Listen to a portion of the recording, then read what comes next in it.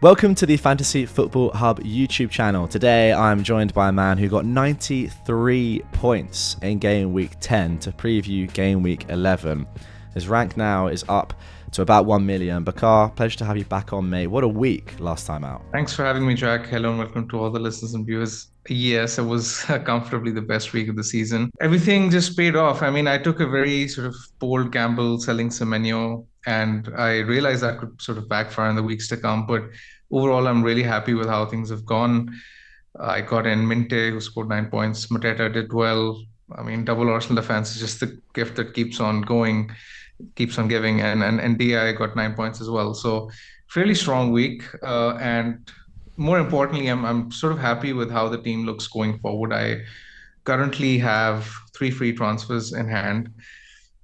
I'm sort of kind of sure as to where to use them with the GYOKERES injury. So hopefully I can have a nice, peaceful 2 weeks ahead, especially with the international break. Yeah, I mean, looking at your team, well, I mean, you've gone through it. 93 points is insane.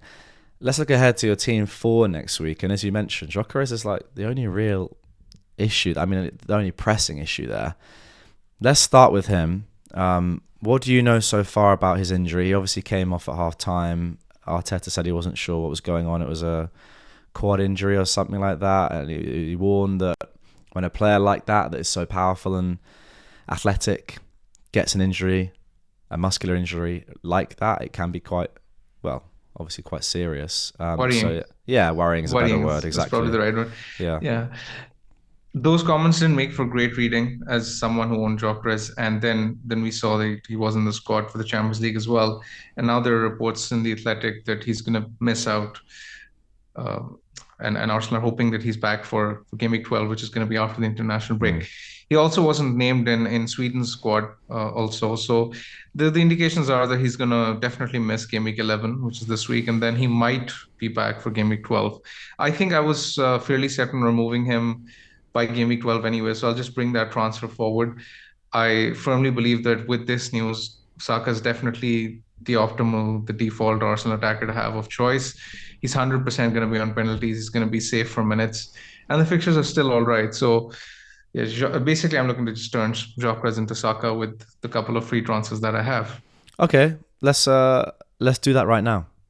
What are your plans? Actually, before we do that, let's have a look at the recommended transfers, because I want to see if that gives you sort of a different idea. It will. Yeah, spoiler alert, I've looked at it, and it did give me something different. Yes. When did you last look at it? Because it may have changed with news and a couple of days ago. Okay, so what was it saying a couple of days ago? I've got it on screen right now. What was it saying a couple of days ago? It was telling me to sell GYOKERES for João Pedro. Yes, it's still saying that. But yeah, interestingly, the other move is stack out for Dominic Szoboszlai, who's like the man of the moment right now, and from Game Week 12 has such a good fixture on. Okay. So no Saka. When I checked, it wasn't suggesting the second transfer. Okay. Yes. The thing is that it's been a while since I've been sort of saying that it feels like we're in a position, especially with the bench boost use for many of us FPL managers, including myself, where I just want to go cheap and attack because there are not too many alternative forwards that who are available. So, for example, there's Thiago, who's done well this season, but his fixtures coming up aren't great. If you look at Brentford's run, 3 of their next 5 includes Newcastle, Spurs, and Arsenal, and I just don't want to go there with those fixtures. Similarly, Welbeck has done well, but he's not the sort of guy you can trust with the fixture congestion coming up. There's João Pedro. João Pedro's underlying data has been terrible this season. That's one of the reasons why I sold him last week. Yes, he scored against Spurs, but then again, I also wanted to have a backup plan to get rid of him after the next 2 fixtures against Wolves and Burnley. Where will I go after that? Because I'm struggling to see a world where I a forward in and around that price range. So I just want to go with the cheapest possible forward in the form of Mark Guehi, because the switch to a 3-5-2 long term is what I prefer, especially with the bench boost already out of play. Yeah. So I don't want to get into the situation where I'm buying a forward right now, then selling him after 2 weeks for no rhyme or reason at all. I just want to go with the structure I think will suit my team best for the long run. Yeah, that does make complete sense to me, to be fair. It's one of the things that when I wildcarded, I did go 3-4-3. It's maybe a little bit of a potential, not regret, but like cheaper midfielders are doing really well, and by going 3-4-3, you are sort of relying on a cheaper forward, and perhaps they haven't been as good this year. I've got Thiago, and looking at the fixtures, yeah, in a few weeks it does turn. That may have to be something I address. So yeah, 3-5-2 and Saka in. Is that like 100% that you think that, first of all, Saka is a good pick anyway? I know you've given the reasons, but he's not been in the best FPL form recently. And secondly, in terms of the best three Arsenal to have, because their defence is so good right now, is any part of you thinking, let's forego Saka, let's actually get another Arsenal defender in at some point, and then use that midfield slot to get a more informed player? Yes, this is actually a very good question. So basically, the question is, double Arsenal defense plus Saka or triple Arsenal defense, and I think I'm in the former category because I feel as if even though the Arsenal defense has done terrifically well, there's still a few value defenders available that are doing quite well. The likes of Joachim Anderson, for example, has been an absolute revelation. He just seems to churn out points week in, week out, especially with the defensive contributions in play. And had the defensive contributions not been a factor, I think I would have probably gone triple defense. For example, if this was the case the previous season, I think I would have gone triple defense. But now, given the fact that the likes of Senesi and Anderson are performing so well, Munoz, Lacroix, Richards, all those guys from Crystal Palace are also doing well. I don't feel compelled to go triple defense. I feel as if Raya and Gabriel is enough for me. And if someone else has, Timber, for example, then that's fine as well. But given the choice, I feel as if even if I was on a wild card this week, I think I would have Saka for sure. Really? That you're that hot on him? Yeah. Yeah. Yes. Also because you're one random Haaland benching away from being in a position to captain Saka. I mean, even this week, for example, is a week where it's not crazy to go with Saka as the captain. I mean, I think this game week does warrant a bit of thought, even though I still feel as if Haaland is the best captaincy Okay. choice. But it's been more closer. It's definitely more closer than what has been the case in recent weeks, where it's just Haaland and you don't even give it a second thought. I think it demands a bit more thought, given the fact that now I fully expect Saka to play 90 minutes. He's also going to be on penalties. And Sunderland, for large parts of the game against Everton, did not look all that great. Everton should have put that game to bed in the first half alone. So I feel as if Arsenal will just win comfortably in that one. And Saka will obviously very likely benefit from the clean sheet point as well. Yeah, that's true. Are you concerned that there are a lot of cheaper midfielders doing a lot better than Saka that are like not traditional FPL picks? Like, I've asked this in like every video I've done because it's so on my mind. But it's like defensively minded players, not your wingers that you'd normally go for FPL midfielders, like Declan Rice, Dominic Szoboszlai, Caicedo, I suppose. I'd say less so with him because I think his returns have been quite fortunate. Long shots aren't sustainable, but corner kicks for Arsenal are sustainable. Szoboszlai's playing 90 minutes every game right now, and is on set pieces, and has some like open play threat as well. That potentially is quite sustainable. I mean, the AI recommended Szoboszlai to come in. The fixture this week obviously isn't the best. City away, but then from next week, Liverpool go on a great run. Are you thinking about Liverpool players at all? Szoboszlai, maybe even like a Van Dijk? Yes, I mean, I'll come to each one of the players you mentioned one by one. So Caicedo, I completely agree. I feel as if his numbers are unsustainable. Even when you look at his data, he's not going to keep that up. Next, you mentioned Declan Rice. I don't think Declan Rice falls in the optimal three players of Arsenal to pick. In fact, I don't even think he falls in the best five. Yeah, okay. Arsenal, if I was picking one right now. So simply because of the process of elimination, I think I would just overlook Declan Rice.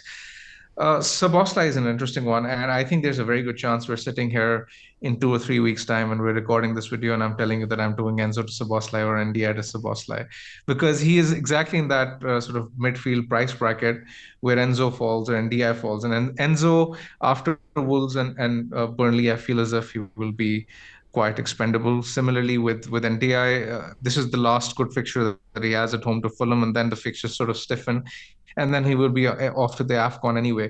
While Liverpool are sort of now entering that stage where they have a very positive fixture swing and they have really good fixtures after this week, I feel as if Liverpool will be front and center of our discussion in game week 12. Not as much as this week because they're still playing City away, but next week I think Virgil is definitely someone I might consider, possibly for Tarkovsky, because again he's in a similar price bracket, and Virgil has done like really well for defensive contributions. So if you combine that with possible clean sheets, and Allison could be back at some point soon as well. So all these sort of factors add up. So Bosta has been Liverpool's best player this season. You can possibly argue that No, he's been one of the best. I literally argued that myself. I think that is actually getting towards the stage of unarguable. I think he has been their best player, and he's playing every minute. Exactly, and when you look at the defensive contribution points that he's accumulating, he's actually doing really well for those as well. So I don't mind Szoboszlai at all as a potential Enzo or Ndia replacement in a couple of weeks' time. What has sort of frustrated me is the fact that I woke up this morning to see that he's risen in price, which is very bizarre given the fact that he's playing Man City away. Yeah, but you know how prices work. People don't care who the next fixture is. The casuals don't care, man. They just say, and also who knows? Like he might be a good pick, even with City away. They're not the best defensively. Liverpool are quite reliant on him right now. He is their like dare I say it, sort of talisman, not in an FPL sense, but within the game. Like they are looking at him to sort of drive them forward. I think he has been their best player. But yeah, I mean, I don't think I'd get him in this week, but from 12, as you say, it's very strong. Very strong, yes. I think Szoboszlai and Virgil are probably the two players I'm looking to target in the weeks to come.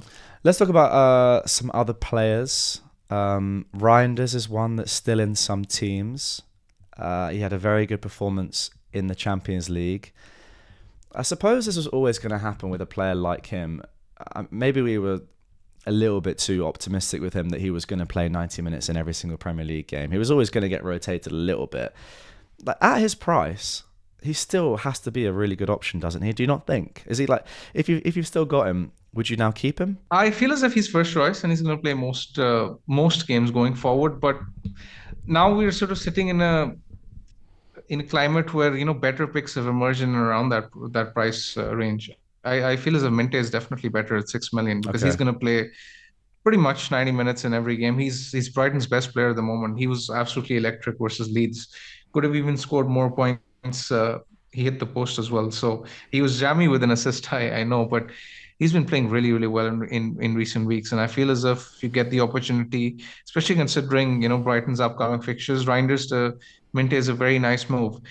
A lot of Reinders owners are in this position where they have to play him week in, week out. And I just don't think that is something that is sustainable because with Cherki, with Marmoush, with Foden, with Nico and all these guys coming back, with Rodri back soon as well. I mean, I just don't see Reinders being someone who's safe to play every game. Okay, fair enough. And now one more player who we might. I would just like to. Sorry, no, Jack. I just want to add one thing. I mean, I would have understood this, the logic or rationale behind keeping him, but it's not as if he's a very explosive option anyway. If he was someone who would get you like 10, 15 points in any given game, he strikes me as the sort of guy who, even if he's playing, he's not going to do big damage to my rank as a non-owner. I've owned him in recent weeks, and even the couple of assists he got yesterday, they were from 0.1 XGI. I mean, the numbers he's putting up aren't all that great. I do want to give you some credit as well, actually, because you did. I didn't really make enough of a deal out of the fact that you sold Semenyo. Now, on this channel in the comments, sometimes you get labelled as being quite templates, to the extent of maybe boring. I've seen that in the comments. That is a very aggressive anti-template move, selling one of the highest owned players in the game.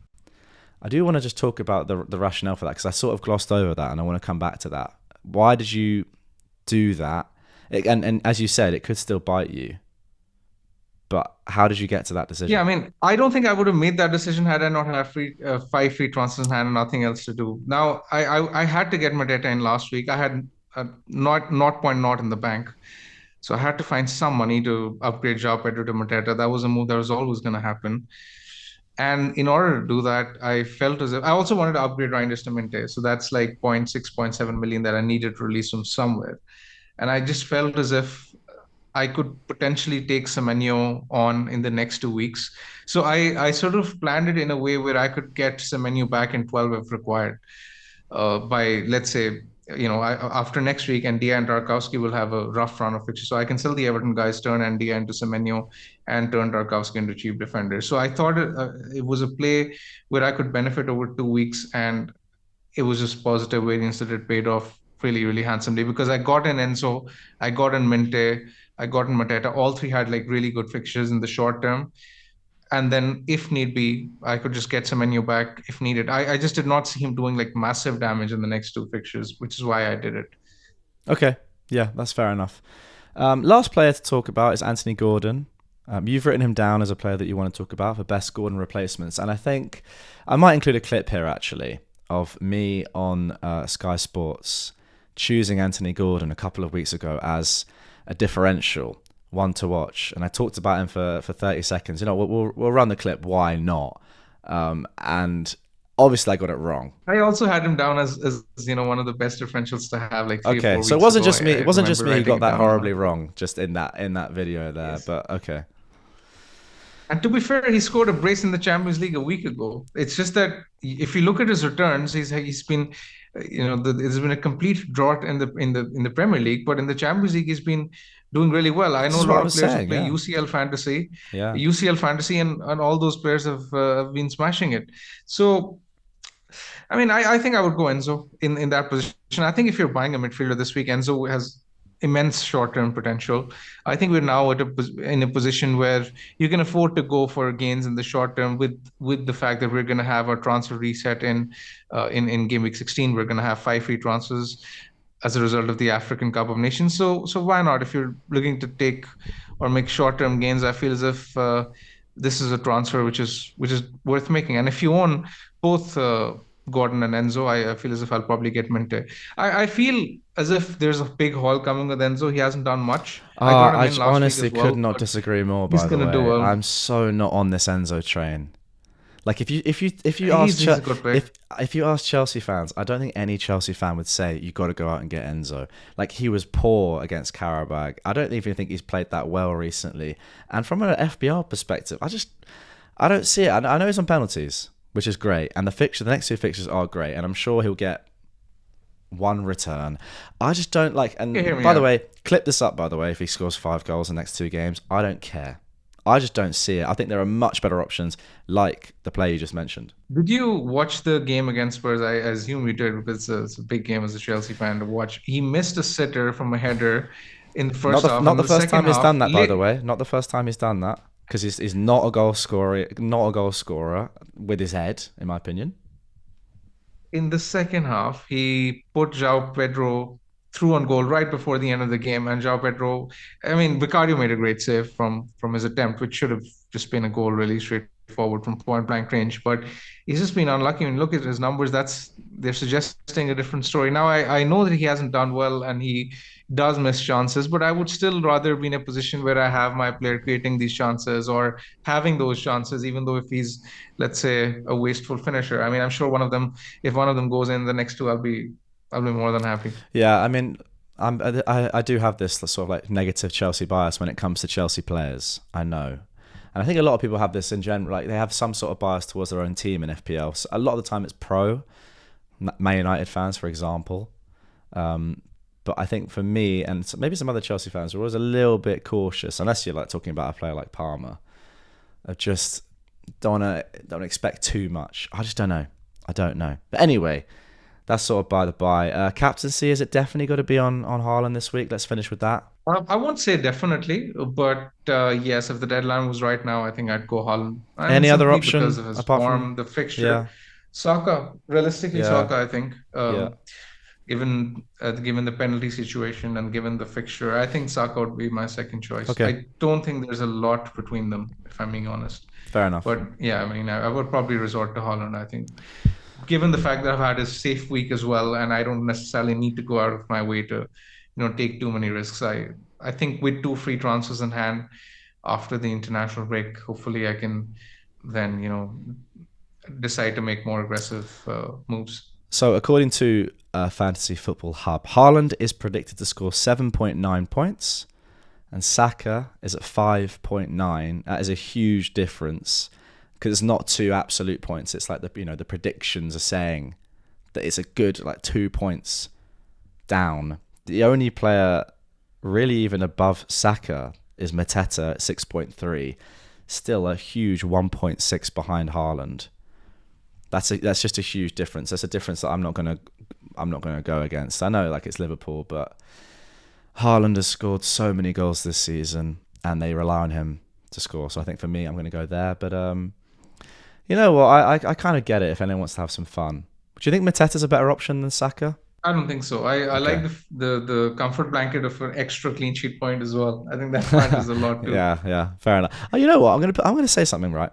I think Sunderland are going to score. I think they're going to score. I think Arsenal are going to concede their first goal in 9 games, and I think it's going to be Sunderland from a long throw. That's the beauty of the Prem, or a set piece. But yeah, that's what I'm going to predict. Anyway, mate, thank you very much for that. I think that's going to do it for this one. Your tips and advice, as always, very good. Guys, if you would like to get your own AI recommended transfers for your team, it doesn't sound like Bakar is going to be using his this week, but he is going to be selling GYOKERES for a striker and then getting in a midfielder almost definitely, it seems. The link to sign up to Fantasy Football Hub is down below. Good luck this week. Enjoy the international break, and we will catch you afterwards.